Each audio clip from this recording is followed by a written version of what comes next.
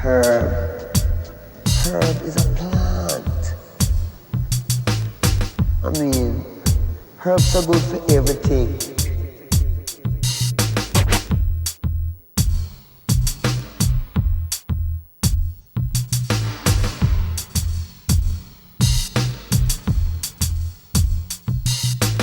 Herb.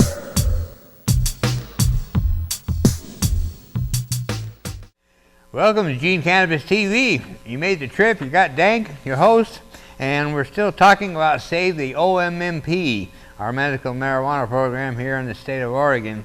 It's in trouble basically because of the legislature's fiddling around with it and trying to implement legalization and their little twist to it. Anyway, so we're trying to get a support to keep our medical marijuana program, so I wanted to talk about that. I read last week the rally we're having March 20th. That's in Salem. It's at 2 p.m. March 20th. Sandy Diesel, looks like the fuel. Sandy Diesel. Check her out on Facebook, friend her, and get on the information. And it's called Right to Grow, is what she's running that under. She writes that the damage the Oregon Health Authority and our legislatures did to the medical industry this past year is nothing compared to the whole mess that is coming.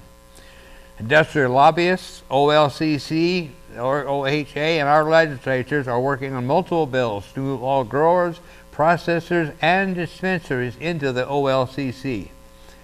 This BS carrot, the bump up, is straight up trickery. Did you see what they did to Measure 91? Did you see what that they did? Did you see what they did even though Measure 91 stated 3 times to retain current medical and marijuana laws? Did you see what they did to SB 1598? How about the so-called micro canopy? And now this piece of garbage to bump up. So anyway, we need to have a rally in Salem, and again that's Monday, March 20th at 2 p.m. and I've set up a carpool for that, carpool system, and people get a hold of me either at the dankbagman@hotmail.com email address, or go through Facebook under Danford Cooser and get a hold of me.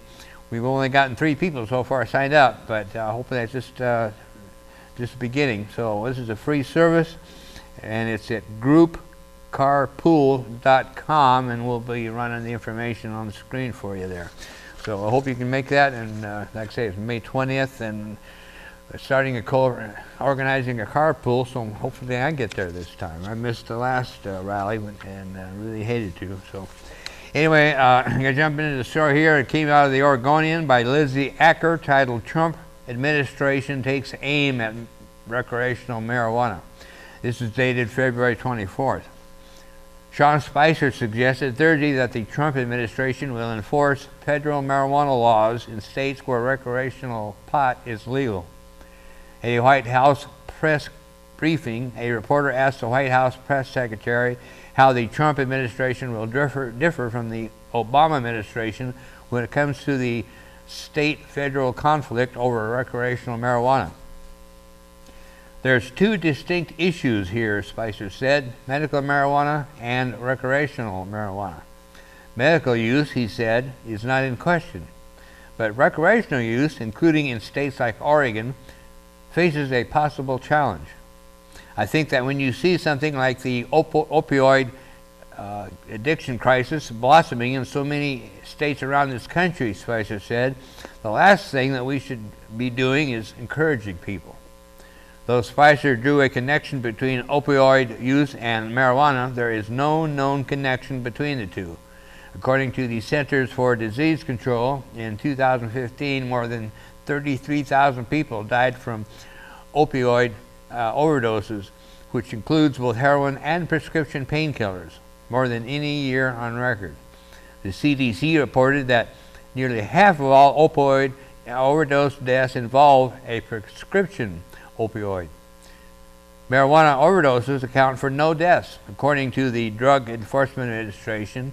In fact, a study reported in Time in 2016, the magazine Time in 2016, said that when states legalized medical marijuana, prescriptions dropped significantly for painkillers.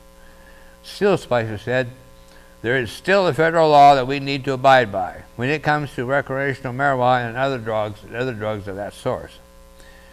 As far as what that will mean, Spicer said that is, quote, something that the Department of Justice, I think, will be further looking into.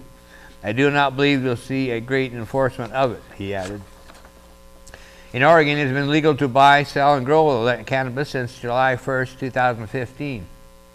Recreational cannabis is now legal in 8 states. Medical use is legal in 28 states.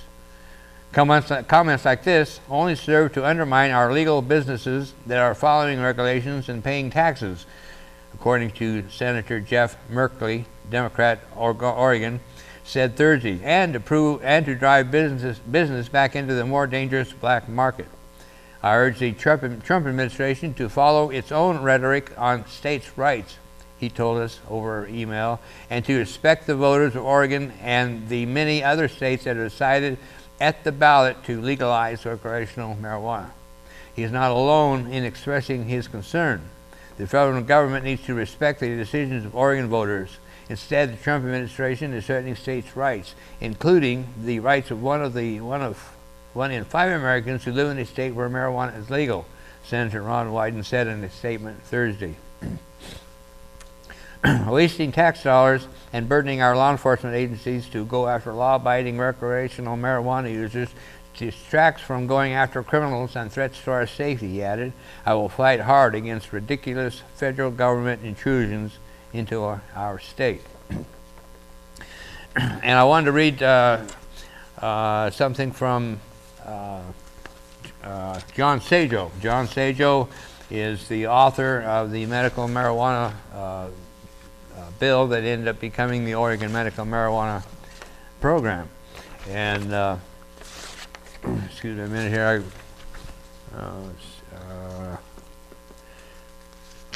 Our secretary didn't make it in today. Oh yeah, here we go, I'm sorry. John Sajo on Facebook responding to the online article, Trump administration takes aim at recreational marijuana.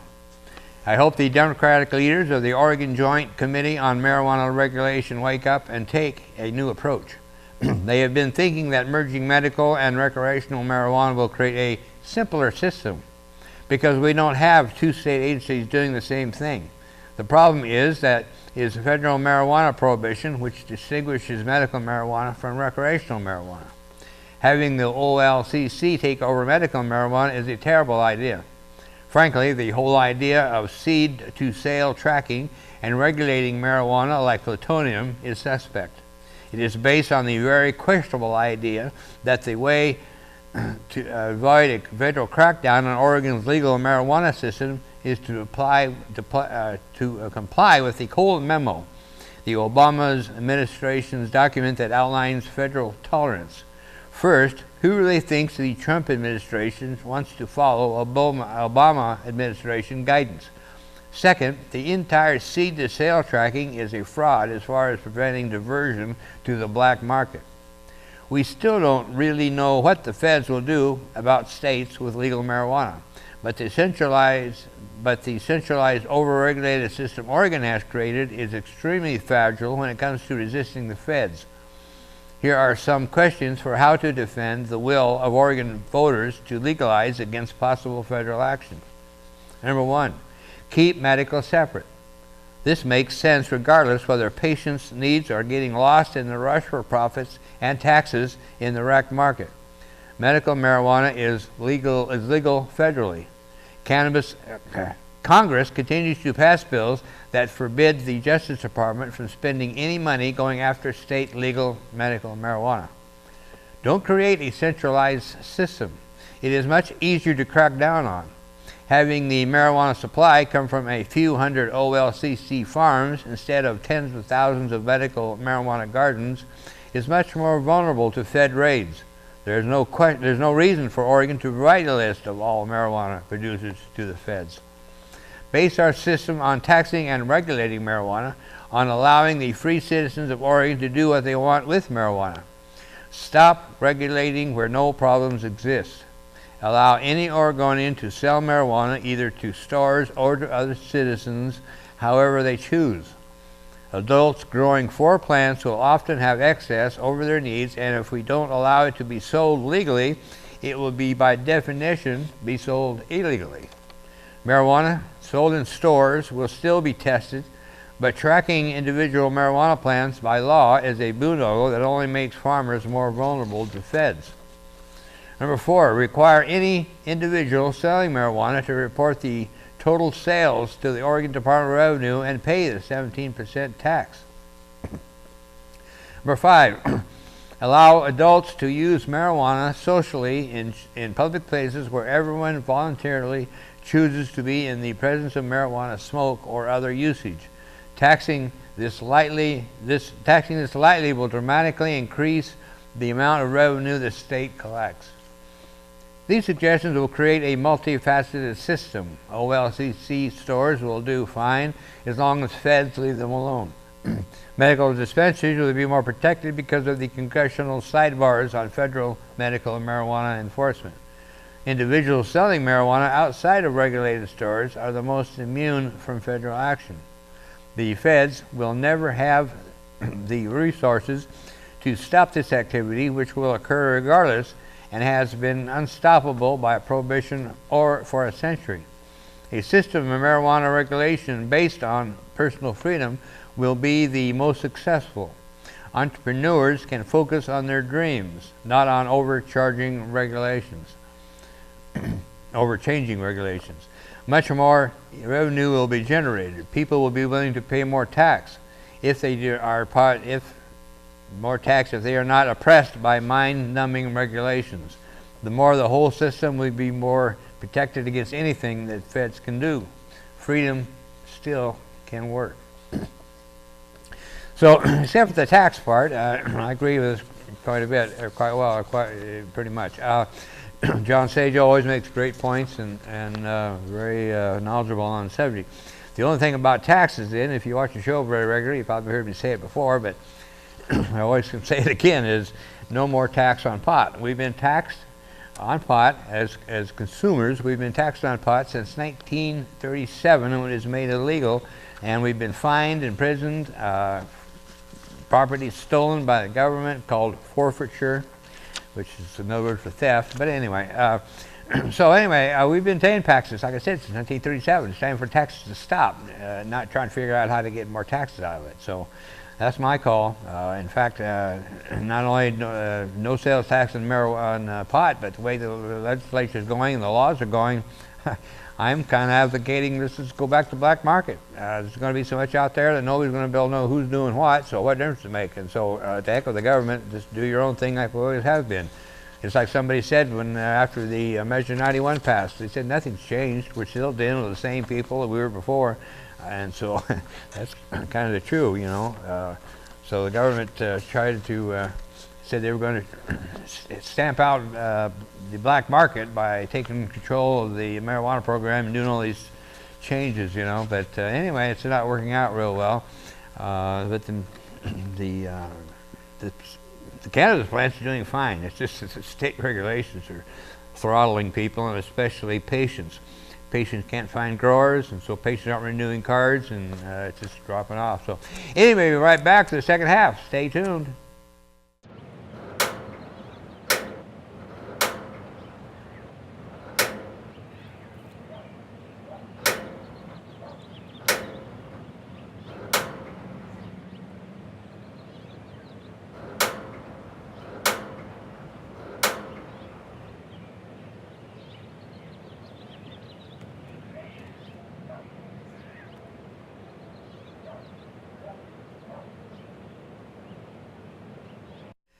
Welcome back to the second half of episode 639. You got DanK, your host here, and we're talking about the Oregon Medical Marijuana Program and what the Oregon Legislature is trying to do to the patients, not for the patients. That's what I've been saying for years to the Oregon Legislature, but of course they don't listen to me.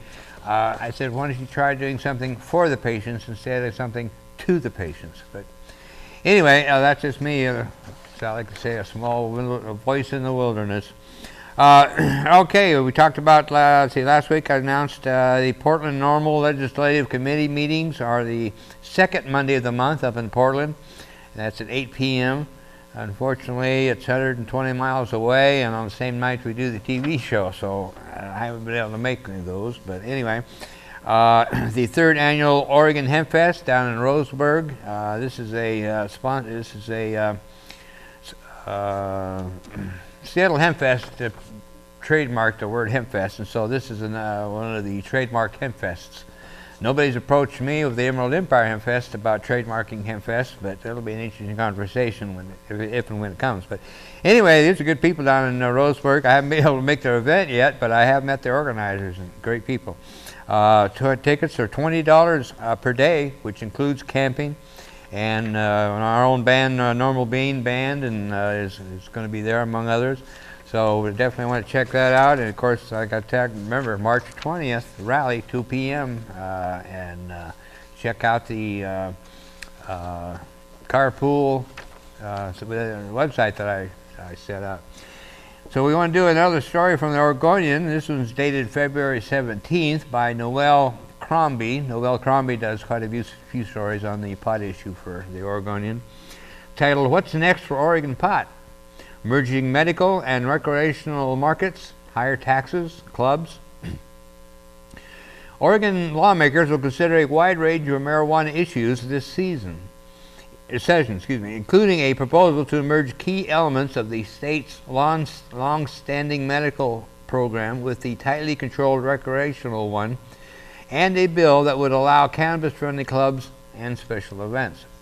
With the lucrative recreational marijuana program well underway and generating an estimated $3 million in sales each week, lawmakers are taking a hard look at how to move thousands of smaller medical marijuana growers into the seed-to-sale system managed by the OLCC.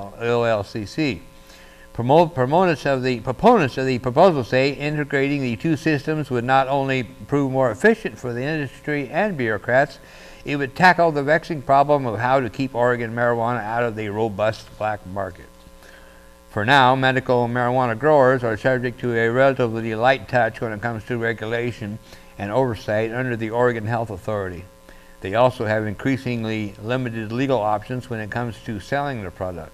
They can provide it directly to patients or to sell it to dispensaries, which are allowed to sell only to medical marijuana patients and caregivers. With recreational marijuana now legal in Oregon, the number of dispensaries operating statewide declined sharply, shrinking a significant legal outlet for marijuana producers. Senate Leader Jenny Burdick, Democrat, Portland, who also serves as co-chair of the Legislative Committee overseeing marijuana policy, said this week that knitting the two systems together is the main focus this year. She said some of the medical marijuana industry were reluctant at first to merge with the recreational system, but the first year of regulation under the Liquor Commission has gone relatively smoothly, and that helped to relieve some of their concerns. Side note here, by the way, they're talking about commercial people, for sure, not standard regular citizens and patients. Folding medical production into the recreational system means those growers have access to a much larger and more profitable consumer market. The more we can consolidate, said Burdick, the better it is for the industry. There you go. She said it right there. She is not a friend to marijuana people, only marijuana industry people, who are the ones that, by the way, put on. She's not a friend of ours, but they done fundraisers for her. But anyway, that's another story. Yet some medical marijuana advocates worry integration spells trouble for Oregon's long-standing program. They argued that regulation of the Liquor Commission comes with higher costs and increased security requirements that pose burdens to smaller producers.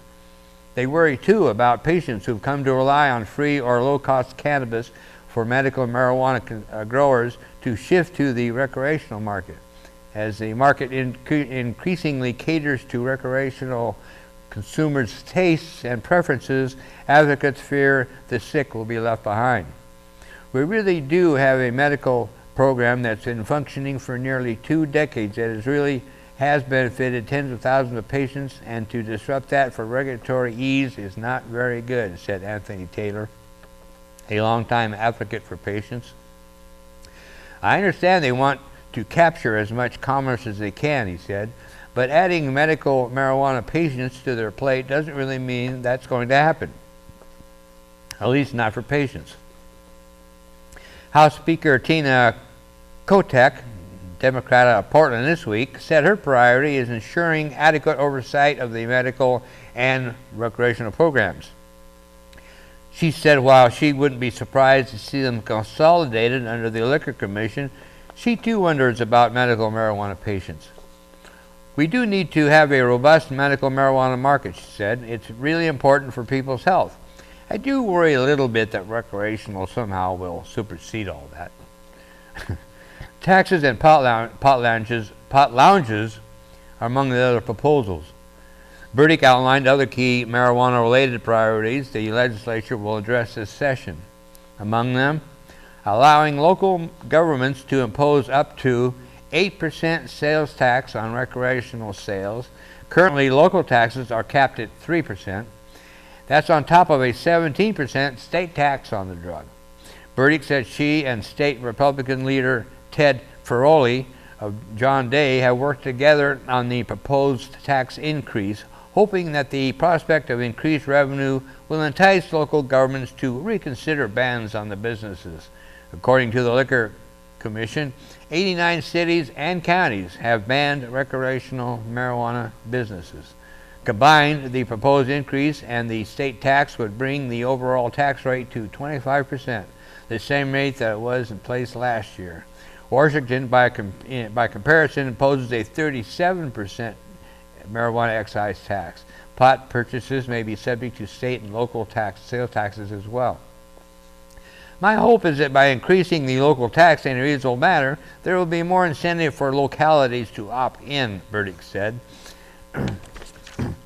That really needs to happen because people in the opt-out areas are still going to have issues around cannabis, and the more that are actually in the system, the more you can control and regulate. The lawmakers are also considering proposals to allow cannabis clubs and special events featuring marijuana consumption.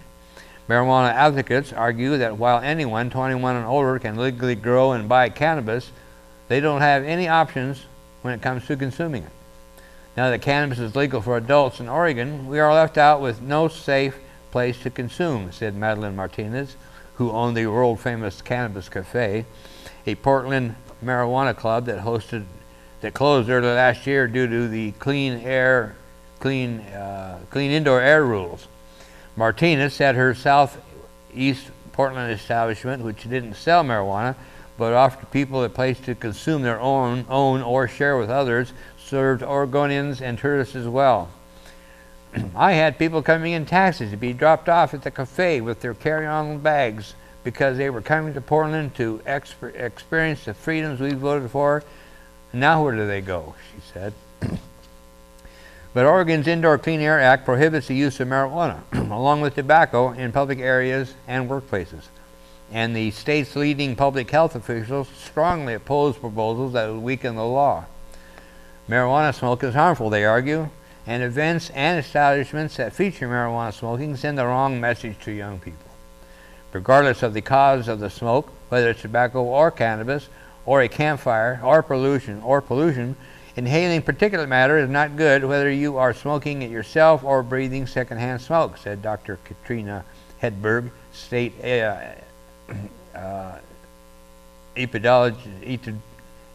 epidemiologist and health officer with the Health Authority. Hedberg pointed out that public health services found hookah use increased significantly between 2008 and 2009 among eighth graders living in the 5 Oregon counties where hookah lounges operate compared to middle schoolers living in counties without them. Existing lounges were grandfathered into the clean air rules and proliferated around 2009, state health officials said. Dr. Paul Lewis, a pediatrician and Tri-County health officer from Multnomah, Clackamas, and Washington counties, also pushed back against proposals that would weaken indoor clean air rules. He said allowing smoking at special events would change social norms about smoking, a setback to the last half-century of progress on this subject, on this topic. The intention is the Oregon Indoor Clean Air Act is to protect all Oregonians, employees, as well as the public from the dangers of secondhand smoke, he said in written remarks submitted this week to lawmakers. Burdick called social consumption, particularly smoking as opposed to marijuana-infused edibles, a really difficult issue given public health concerns. Burdick said lawmakers may not be able to settle this issue during the current session. Among the proposals before Oregon lawmakers, establish a task force to study the matter. You can always hope you can reach some closure on an issue, but I am not sure it's doable, she said. So there you have it. That's what they're working on in Salem, and there was a great lounge up in Salem that I got to experience. I've forgotten the name of it, but they had to shut down also because of the in-air smoking prohibition. Anyway, they won't let them do it. So, which is really too bad because, like I said, patients never know where to go. They say, no, you got to smoke outside. Well, we can't have patients going outside, especially in Oregon in the winter. So it's a real problem, but hopefully they'll come out with something. But as long as Oregon makes some money off of it, they'll probably find a solution. That seems to be how the way it goes. They certainly ripped off the Oregon medical marijuana patients long enough. So anyway, be sure and put this on your calendar, March 20th, 2 p.m. And we've got a carpool we're working on to try to get people up there, such as myself, because I didn't make the last one because I didn't have transportation. So we got to come together and speak up. They will listen. Is what I could say. If the public acts, then the politicians will follow. Or no, if the voters lead, the politicians will follow. There you go. So let's lead, people. Hope to see you next week. I'll be here.